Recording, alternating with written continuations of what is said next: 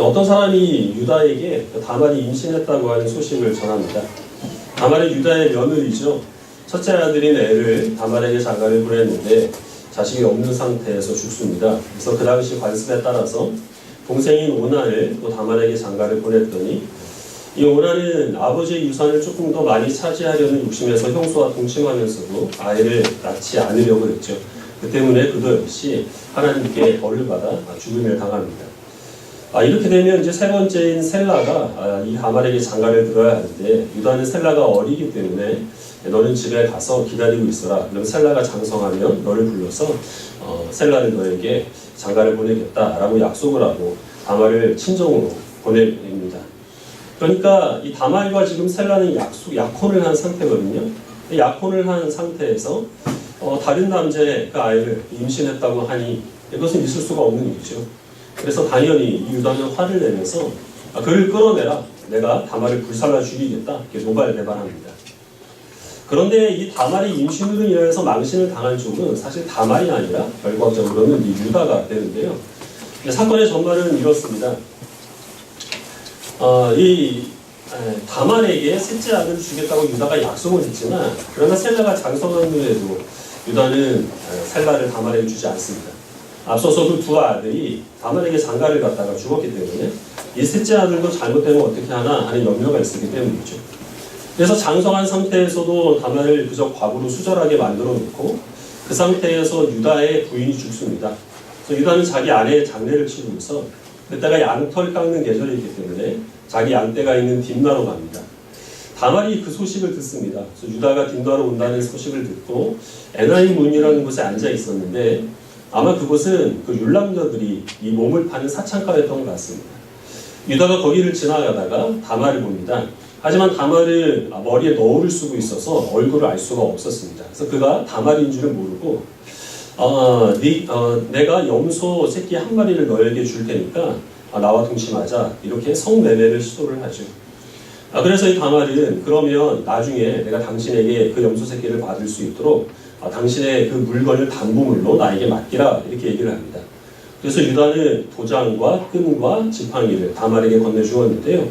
도장과 끈과 지팡이는 그때 당시 신분증의 역할을 하는 물건들이었습니다. 그러니까 지금 이 유다는 다말을 자기의 며느리인 줄 알지 못하고 자기 민증을 맡기고 성매매를 하려고 하는 것이죠. 이렇게 해서 유다와 다말이 동침을 하게 되었고 그리고 그때 다말은 그 유다의 쌍둥이 아들을 임신하게 된 겁니다. 다말이 유다 앞에 끌려 나옵니다. 그리고 다말은 유다에게 그의 도장과 끈과 지팡이를 보여주면서 이걸 확인해 보십시오. 이게 누구 겁니까? 라고 이 물건의 주인이 바로 아이의 아버지입니다. 이렇게 얘기를 하죠. 그래서 유다는 그것이 자기의 물건인 것을 알고 일이 어떻게 돌아가게 되었는지를 그제서야 깨닫게 됩니다. 그래서 거기에 있던 다말과 그리고 그 외에 다른 많은 사람들에게 그는 나보다 옳도다. 다말은 나보다 의롭다. 내가 죄를 범했다. 내가 셀라를 다말에게 주겠다고 약속을 해놓고 그 약속을 지키지 않았기 때문에 이런 일이 벌어진 것이다. 라고 자기의 잘못을 순순히 인정을 합니다. 그리고 다말을 집으로 돌려보내고 그 뒤로 가까이 하지 않는데요. 가까이 하지 않았다는 얘기는 두 번 다시 다말과 동침하는 일은 없었다라는 그런 의미입니다. 때가 되어서 이 유다의 아들들이 태어나게 됐습니다. 그런데 이 둘 번째에 나오는 아이가 첫 번째 나올 그 아이를 밀치고 태어났기 때문에 터트리다는 의미에서 베레스라는 이름을 붙였고 그리고 그 다음에 나온 아이는 빛나다라는 이름의 세라라는 그런 이름을 빛나다라는 의미의 세라라는 이름을 갖게 되었습니다. 이 유다는 조금 전까지만 해도 내가 다말을 반드시 벌주겠다라고 이기양양하고 큰 소리 쳤죠. 하지만 일순간에 그는 허물어져 버리고 말았는데요. 이렇게 유다를 무너뜨린 그 중요한 수단이 된 그 동기가 바로 유다가 그에게 맡겼던 도장과 끈과 지팡이였죠. 도장은 그 당시에 유다의 신분을 나타내는 그런 신분증의 역할을 하는 것과 동시에 그의 영적인 상태를 나타내는 증거물의 역할도 함께 하고 있습니다. 그리고 그 유다의 민낯을 비춰주는 투명한 거울로 지금 기능을 하고 있는 것이죠. 다만이 그것을 자기에게 보여주기 전에 유다는 자기 자신에 대해서 갖고 있었던 생각이 있었습니다. 유다는 야곱의 넷째 아들이죠. 근데 첫 번째인 르우벤은 아버지의 척과 가늠한 것 때문에 아버지의 눈밖에 났습니다. 둘째와 셋째인 레위와 시므온은 그 세겜 사람들을 학살을 한 이유로 역시 마찬가지로 그 아버지 야곱의 기대에서 벗어나 있는 상태입니다.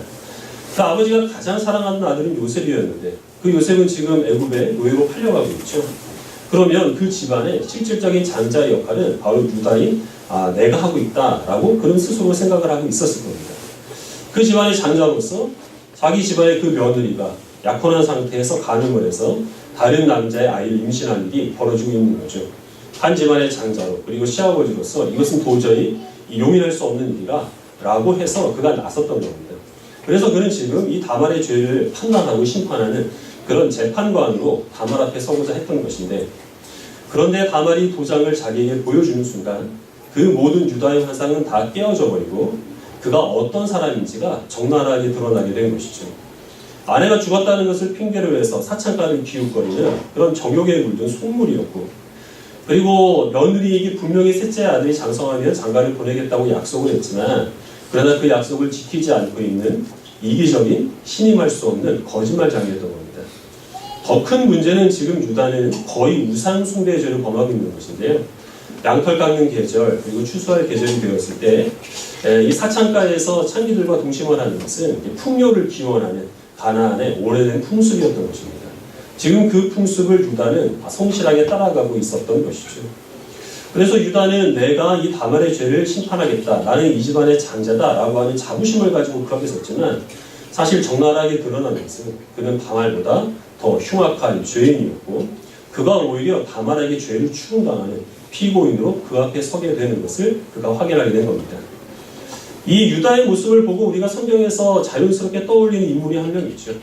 자기가 심판관의 재판관의 역할을 하려고 했지만 그러나 오히려 그의 죄가 드러나게 돼서 수치와 충격을 당한 인물이 있습니다. 사무엘하 12장 말씀 같이 보겠습니다.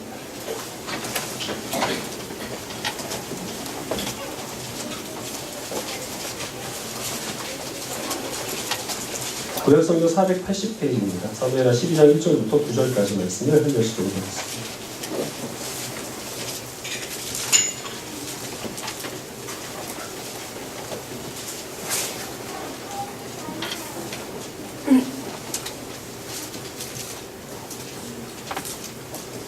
사무엘하 12장 1절을 제가 먼저 읽겠습니다. 여호와께서 나단을 다윗에게 보내시니 그가 다윗에게 가서 그에게 이르되 한 성읍에 두 사람이 있는데 한 사람은 부하고 한 사람은 가난하니 가난한 사람은 아무것도 없고 자기가 사서 기르는 작은 암양 새끼 한 마리뿐이라 그 암양 새끼는 그와 그의 자식과 함께 자라며 그가 먹는 것을 먹으며 그의 잔으로 마시며 그의 품에 누움으로 그에게는 딸처럼 되었거늘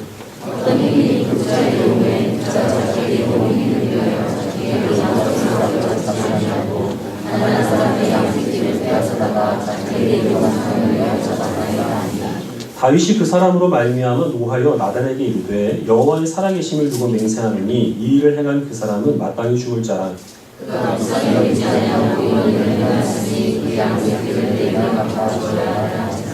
나단이 다윗에게 이르되 당신이 그 사람이라 이스라엘의 하나님 여호와께서 이와 같이 이르시기를 내가 너를 이스라엘 왕으로 기름 붓기 위하여 너를 사울의 손에서 구원하고 내 주인의 집을 주고 내 주인의 아내를 내보내고 이스라엘을 소리에 양념이라 아니 이것이 기록할 것 같으면 내가 내게 이것저것을 더 주었으리라. 같이 됐습니다. 그러한데 어찌하여 내가 여호와의 말씀을 없이 여기고 나보기에 악을 행하였느냐. 내가 칼로 햇사람 우리아를 죽여 암몬 자손의 칼로 죽이고 그의 아내를 빼앗아 내 아내로 삼았도다. 아멘. 어느 날 나단 선지자가 다윗에게 옵니다. 그리고 한 가지 이야기를 들려주는데요. 한 마을에 소와 양이 심이 많은 부자와 그리고 가난한 사람이 살고 있었는데 그 가난한 사람에게는 암양 새끼 한 마리뿐이었다. 근데 그 노인은 그 암양 새끼를 자기의 딸처럼 애지중지 키우고 있었다는 거죠. 그런데 어느 날 이 부잣집에 손님이 찾아옵니다. 음식을 대접을 해야 되는데 이 부자는 자기 가축이 아까워서 그 옆집에 살고 있는 가난한 사람의 그 암양을 빼앗아서 그것으로 손님을 대접했습니다. 이 얘기를 합니다. 다윗이 그 말을 듣자마자 경노합니다. 그 사람은 반드시 죽어야 할지라. 그리고 그가 손해를 끼친 것에 대해서 매매를 갚아야 할 것이다. 그런데 나단 선지자가 한마디를 던지죠. 당신이 그 사람이다. 다윗은 왕이었기 때문에 아내가 많이 있었습니다. 근데 그것으로 만족하지 못하고 햇사람 우리아의 그 충성스러운 부하의 그 아내가 탐나서 그 밧세바와 간음을 하고 그 사실을 은폐하기 위하여서 우리아를 전쟁터에 내보내서 간접적으로 살해를 하기까지 합니다. 그래서 결국 이 이야기에 나오는 그 욕심 많은 사람은 바로 다윗 자신이었던 것이죠. 다윗이 이 이야기를 듣기 전에는 자기 자신에 대한 생각이 있었습니다. 자기는 사울을 대신해서 왕으로 세움받은 사람입니다. 사울과는 대조적이죠. 사울보다 훨씬 더 능력 있고 지혜롭고 공평하고 정의로운 사람입니다. 하나님께서 그를 선택하셔서 그가 왕이 되었기 때문에 그는 모든 백성들의 인정과 칭찬을 받기에 부족함이 없는 가장 이상적인 왕이라고 스스로 생각을 했을 겁니다. 근데 그건 자기의 착각이었던 거죠. 유다가 자기의 도장을 발견하는 순간 그 모든 환상이 깨졌던 것처럼 역시 다윗도 이 이야기를 듣자마자 자기에 대한 그릇된 오해가 깨어지게 되었습니다. 정욕의 눈이 멀어서 다른 여자와 간음을 하고 그것을 은폐하기 위하여서 그의 남편을 죽이기까지 한 살인마가 바로 다윗의 실제 모습이었던 것이죠. 그것이 이 이야기를 통해서 드러난 다윗의 민낯이라고 하는 것입니다. 이 이야기를 어떤 목사님께서 이 본문을 설교를 하실 때 이런 말씀을 하셨는데, 사람은 누구나 다 죄를 범할 수 있기 때문에 다윗이 이런 죄를 범한 것 자체가 크게 문제가 되는 것은 아니라는 거죠. 근데 정말 두려운 것이 뭐냐면 다윗이 이 죄를 범한 후로부터, 그래서 자기와 바세바 사이에 잉태한 그 아이가 태어나기까지 다윗은 자기가 하는 행동이 잘못이라는 사실을 알지 못하고 지냈다는 것, 그것이 정말 두려운 것이라 라는 말씀을 했습니다. 유다도 역시 마찬가지죠. 그런 죄를 범하고 있어도 그가 자기의 그 도장을 눈으로 확인해서 바세바가 임신한 그 아이가 자기 아들이라는 사실을 깨닫기 전까지는 그는 자기가 그 이방 풍습에 물들어 있는 죄인이라는 사실을 깨닫지 못하고 죄를 인식하지 못하고 지냈다는 겁니다. 근데 왜 그랬을까요? 이들은 지금 특별히 죄를 범하고자 해서 죄를 범한 것이 아니라 그저 상황에 충실했기 때문에, 그래서 죄를 범했기 때문에 자기의 죄를 인식하지 못한 거죠. 다윗은 왕입니다. 왕은 그 당시에 자기가 얼마든지 마음에 드는 여인과 동침할 수 있었고, 그 여인에게 어떤 다른 사람이 있다고 한다면 그의 생명을 마음껏 빼앗을 수 있는 권리도 있었습니다. 그래서 그런 권리는 이방인들에게만 오직 주어진 것인데, 이방인들만 갖고 있었던 것인데, 다윗은 다른 모든 이방의 왕들도 그렇게 하니까 자기도 거기에 따라서 그저 자연스럽게 행동을 한 것뿐이죠. 그리고 다윗은 만약에 우리아를 죽이지 않으면 그러면 내 아이를 임신한 이 바세바가 위험해질 수도 있다라는 생각에서 나는 바세바를 보호하기 위해서 그래서 우리아를 죽일 수밖에 없다라고 스스로에 대해서 핑계를 댔을 겁니다. 유다의 가장 근본적인 문제는 가족들과 함께 떨어져 나와서 가나안 사람들과 함께 머물며 살았던 것, 그것이 문제입니다. 다른 많은 사람들이 하고 있는 일들, 내 옆집에 사는 사람이 하고 있는 일, 그 일을 그는 그저 자연스럽게 따라간 것뿐인데 그것이 고스란히 자기의 수치로 돌아왔다는 것이죠. 우리가 지난 시간에 룻기를 통하여 살펴본 바와 같이 지금 이 유다와 다말 사이에서 태어난 그 베레스가 보아스의 조상이 되죠. 그리고 그 보아스는 다윗의 증조 할아버지입니다. 중간에 그 족보가 빠진 사람이 없다고 한다면, 그리고 그 다윗의 후손으로 예수 그리스도께서 오셨습니다. 이것이 의미하는 바는 우리 모든 그리스도인들은 온전해서 하나님의 백성이 된 것이 아니라고 하는 겁니다. 부족하기 때문에 하나님께서는 우리들에게 이 유다의 도장과 같은, 그리고 다윗에게 들려준 나단의 이야기와 같은 그런 간섭을 통하여서 우리가 하나님의 은혜가 아니면 살아갈 수 없는 무능한 죄인이라는 사실을 늘 깨닫게 하십니다. 우리도 늘 상황에 취해서 살아가죠. 우리는 항상 눈에 보이지 않는 하나님보다는 눈에 보이는 당장 내 앞에 있는 세상과 물질과 사람들을 의지하고 그것을 우선순위로 여기며 살아가게 됩니다. 그리고 그것이 우리들에게 있어서 죄악으로 열매를 맺어 돌아오게 되는 것이죠. 그러면서도 늘 우리는 끊임없이 상황 핑계를 댑니다. 바빠서 어쩔 수 없이 살다 보니까. 그런 우리를 하나님께서 일깨우시기 위하여서 하나님께서는 책망과 그리고 또 정죄의 말씀을 우리들에게 허락하시고 많은 도구들을 우리들에게 보여주셔서 우리로 하여금 회개하게 하시고 용서의 은혜를 얻게 하신다는 겁니다. 그것이 믿지 아니하는 사람과 우리 신자들의 가장 근본적인 차이라고 하는 거죠. 죄를 범하지 않는 것이 아니라 죄가 죄인 줄 알고 돌이켜 회개하는 것이죠. 지금 유다가 범한 이 잘못이 루벤의 죄보다 결코 가볍지 않습니다. 자기 아버지의 첩과 동침하는 것과 모르고 한 것이긴 하지만 자기 며느리를 임신시킨 것, 그 누구의 죄가 더 두려운 것이냐, 무거운 것이냐, 우열을 가리기 힘들죠. 그럼에도 불구하고 루벤은 장자의 지위를 박탈당했지만 이 유다는 이스라엘의 지도자로서의 자리를 빼앗기지 않았습니다. 다윗도 마찬가지입니다. 윤리적인 면에 있어서는 그는 결코 사울보다 나은 사람이 아닙니다.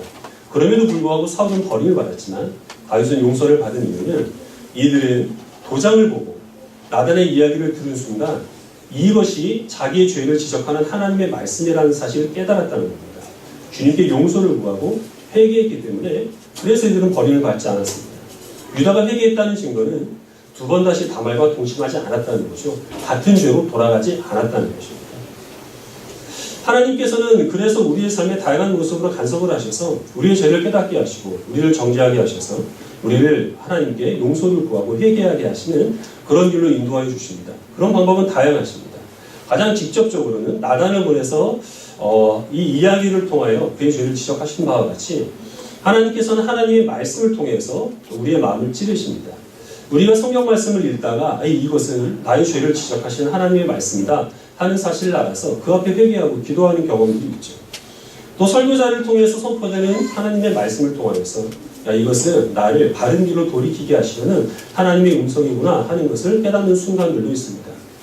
또 우리 옆에 나를 위해서 쓴소리를 해주는 사람, 조언과 충고를 해주는 사람들을 통하여서 우리의 잘못을 돌이키기도 하십니다. 며칠 전에 크리스마스에서 생각나는 일이 있는데요. 제가 학생 때는 크리스마스 카드를 참 많이 주고받았습니다. 저도 정말 카드를 많이 받았거든요. 특별히 여학생들한테.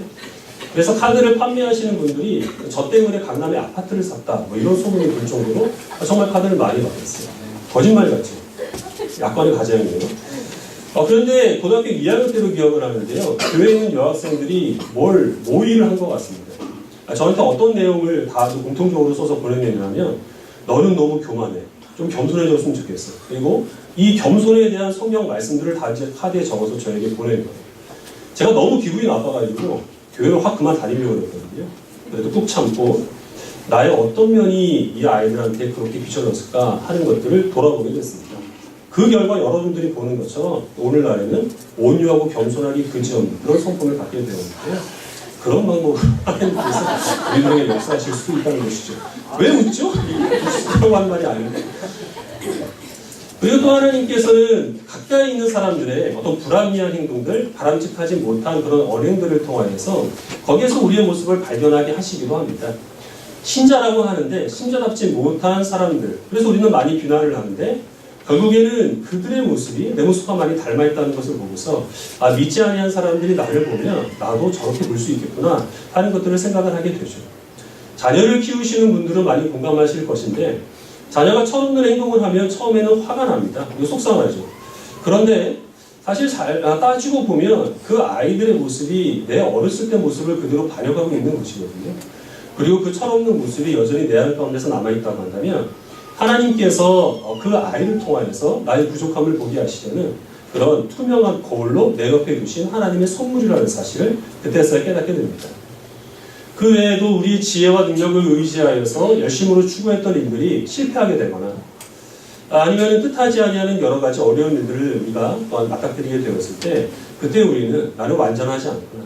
나는 하나님의 도우심이 없으면 살아갈 수 없는 무능한 죄인이구나 하는 사실을 깨닫고 주님의 도우심을 구하는 겸손한 마음을 갖게 됩니다. 그런데 그런 과정들이 사실 썩 유쾌하게 우리에게 다가오지 않는다는 것이 문제입니다. 기분이 상하고 답답하고 그리고 사람들에게 수치를 당하고 내 민낯이 드러나는 그것을 즐거운 마음으로 감당할 사람은 없다는 겁니다.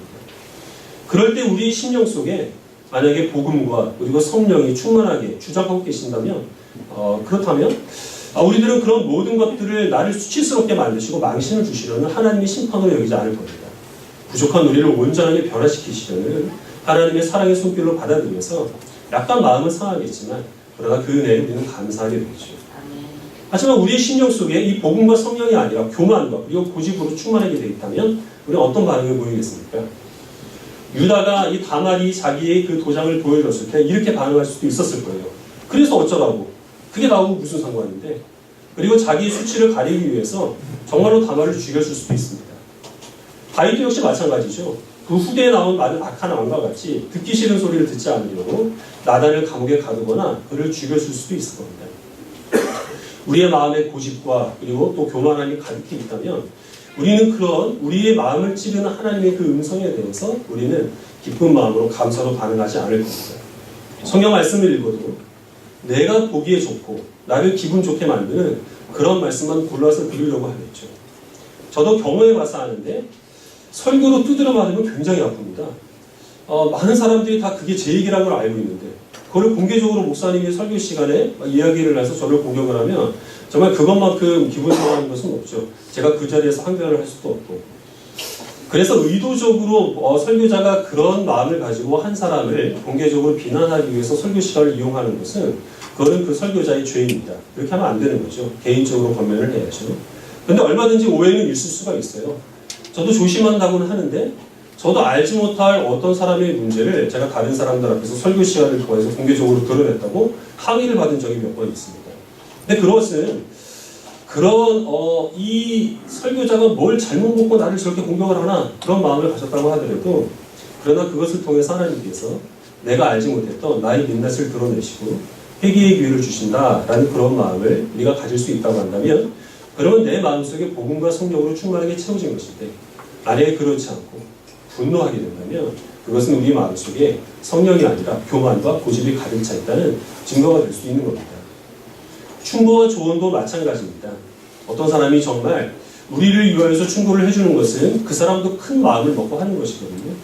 근데 우리는 그것을 이해하지 않고 아니 자기가 나를 얼마나 안다고 이런 얘기를 해? 라는 그런 마음을 갖게 된다면 그럼 우리는 기분이 상할 뿐만 아니라 우리 심령이 황폐하게 됩니다. 나도 저 사람의 어떤 허물을 잡기 위하여서 눈에 불을 켜고 그 사람을 살펴야 되는 것이거든요.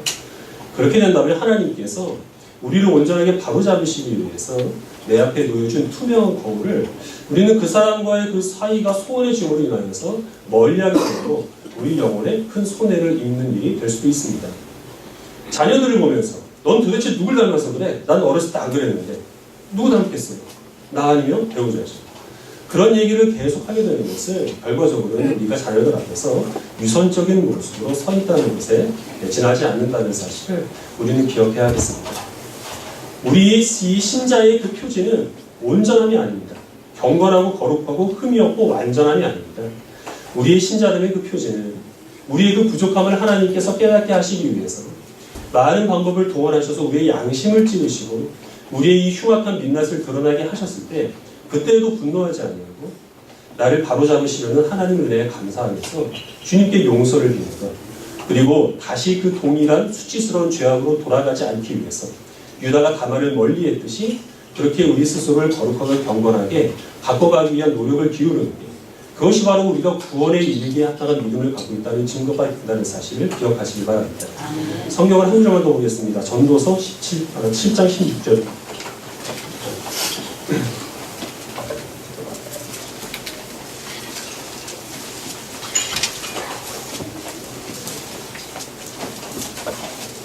전도서 7장 16절입니다.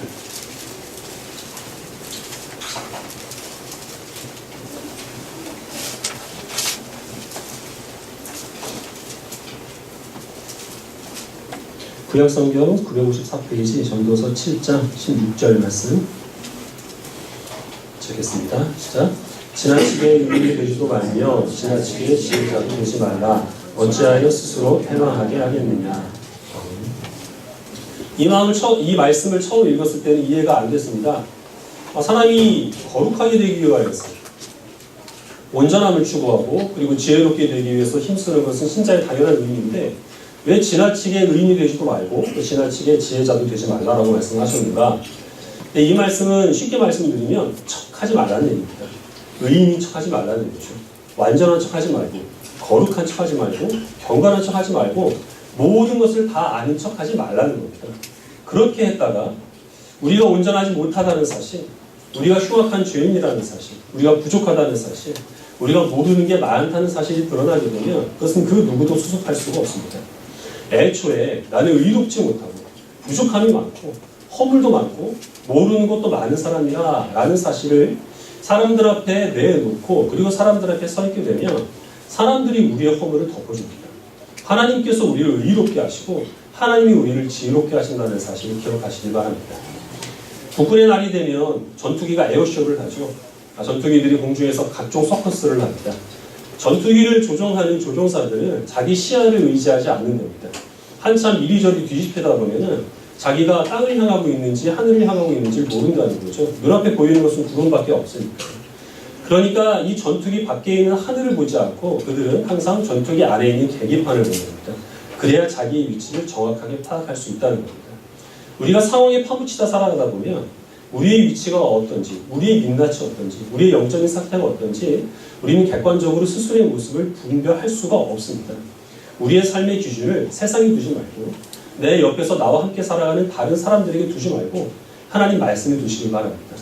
성경 말씀을 기준 삼아서 우리의 온전하지 못함을 인정하고 그런 우리를 거룩하게 변화시키기 위해서 늘 간섭하시고 역사하시는 그 하나님의 손길을 귀찮아하지 말고 감사하는 마음으로 받아들이시기를 바랍니다.